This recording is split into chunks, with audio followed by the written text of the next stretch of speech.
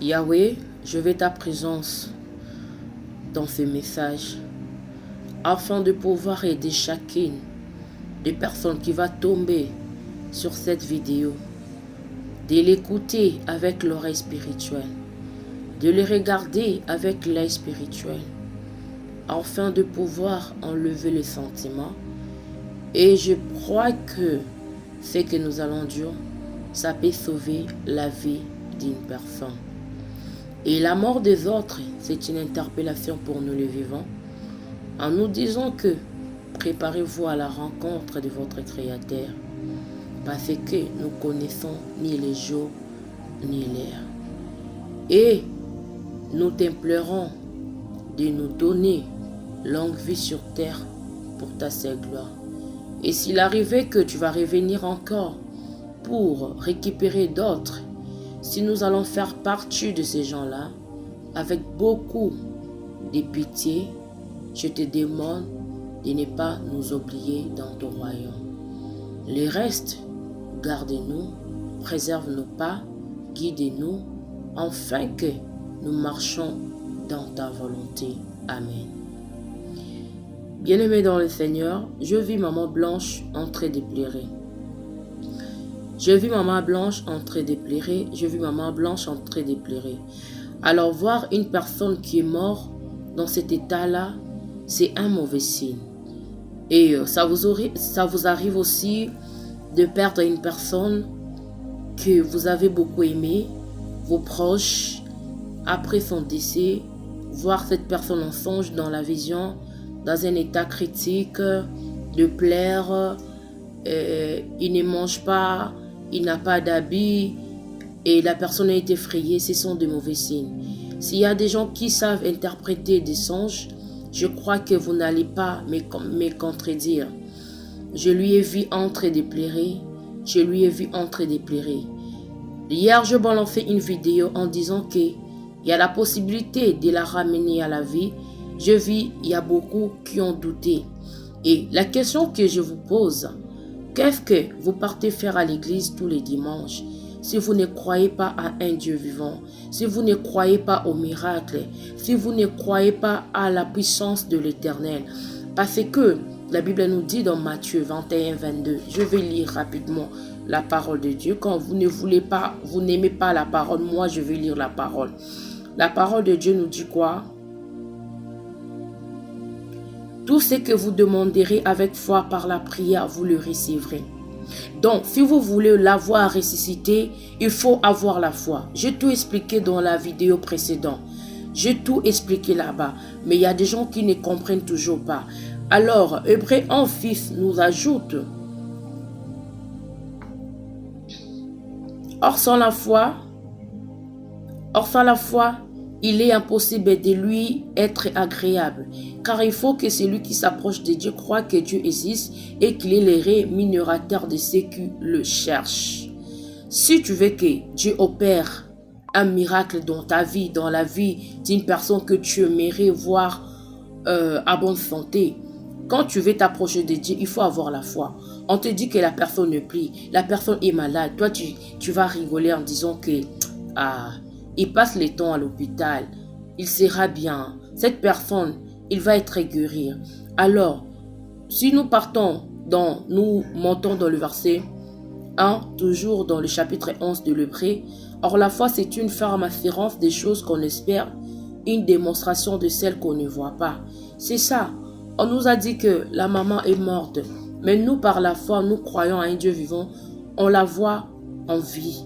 Et les gens nous disent qu'elle est dans la mort. Mais on s'en fout de ça. Nous, on a un Dieu vivant. Quel que soit qu'elle est à la morgue ou quoi, je ne sais pas, notre Dieu n'a pas de limite. Je vous avais donné l'exemple de Lazare, quelqu'un qui était dans les tombeaux. Jésus l'a ressuscité après 4 jours. Mais vous ne croyez toujours pas. Parce qu'on voit, on a balancé sa vidéo dans la toile, toujours en ce mois de juin. Elle était en train de préparer son voyage en disant qu'elle va se déplacer pour revenir. Pour dire que même cette nouvelle, elle-même, elle est étonnée de ça. Elle ne pensait pas qu'elle allait mourir. C'est pour cela, Jacques 4 nous dit, vous qui ne savez pas les demain, il ne faut pas dire, je vais faire ça, Mais la Bible nous dit de dire comme ça, dans Jean 4, je prends le verset 15. Vous deviez dire au contraire, si Dieu le veut, nous vivrons et nous ferons ceci, cela. Et l'un de ses collègues de son mari, un pasteur a publié, a posté dans les réseaux sociaux. C'est lui-même le mari qui l'a appelé pour lui dire le décès de sa femme. Et il a dit, je ne crois pas, je pensais qu'on allait vieillir ensemble avec Blanche. Pour Dieu, ni son mari, ni la maman qui est morte s'étaient préparés dans cette nouvelle. Alors, je vous demande, quand vous ne voulez pas la résurrection, je vous demande au moins de prier pour son âme. Parce que voir une personne en train de pleurer, enlevons des sentiments, bien aimés dans le Seigneur. Enlevons des sentiments. Est-ce que ça vous a jamais arrivé, une personne qui est décédée, de voir ces gens-là en songe dans la vision, entrer dans une position bizarre? C'est un mauvais signe. Moi, j'avais perdu mon frère en 2012. Il n'avait pas hérité le royaume des cieux. Alors, je le voyais à tout moment me dire des choses. Aide-moi, ma soeur, sauve-moi. Moi, je ne comprenais pas à l'époque parce que à cette époque-là, je n'étais pas encore devenu évangéliste. Il pleurait à tout moment. Il n'avait pas d'habit. Et si il y a d'autre côté, les gens se réjouissaient. Lui, il pleurait. Il avait froid. Il demandait, je veux un habit pour me couvrir. Quand je vois d'autres en train de manger, lui, il n'avait pas de nourriture. Oh, je ne pars. On ne m'a pas donné de nourriture, je ne peux pas manger à cause de mes œuvres que j'avais faites sur la terre. Moi, je ne comprenais pas le langage. Je le voyais en train de marcher sans cesse. Mais à un moment, je lui dis, toi, tu marches à tout moment. Il y a d'autres qui sont assises. Mais toi, tu ne te fatigues jamais. Oh, je ne parle de chaise ici parce que l'œuvre que je fais sur la terre, ça ne me permet pas de m'asseoir. Alors, quand je suis devenu évangéliste dans la grâce de Dieu, j'ai compris c'était quoi le message. L'Esprit de Dieu m'a amené dans le cimetière, devant son tombeau, et il m'avait recommandé le sel avec de l'eau pour faire de malifa. De malifa, ce sont des incantations. Et quand je fais cela, et l'Esprit de Dieu m'a dit, vous allez entrer dans la prière, prier pour son âme.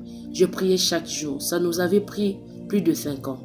Je priais pour l'âme de tout le monde. Alors, un jour, j'étais en train de prier. Dieu m'a emporté dans l'esprit. Je vis Dieu descendu dans l'affaire. Il a récupéré mon frère pour l'amener dans le royaume des cieux. Et puis, il n'avait pas des habits. Dieu l'a fait porter des habits blancs. Il l'a tiré comme ça. Il a monté ensemble avec lui. Je dis, Yahweh merci. Yahweh merci. Et je vous demande de prier pour l'âme. Lorsque vous dites que vous faisiez des affiches, vous l'avez mis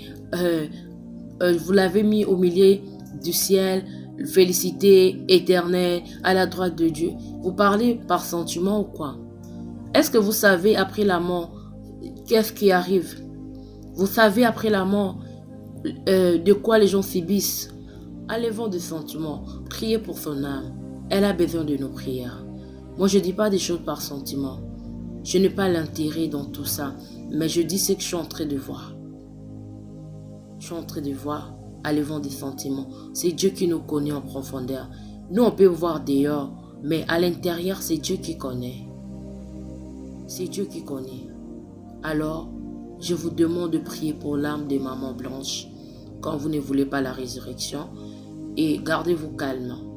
Que Dieu soit avec vous dans vos maisons. Amen.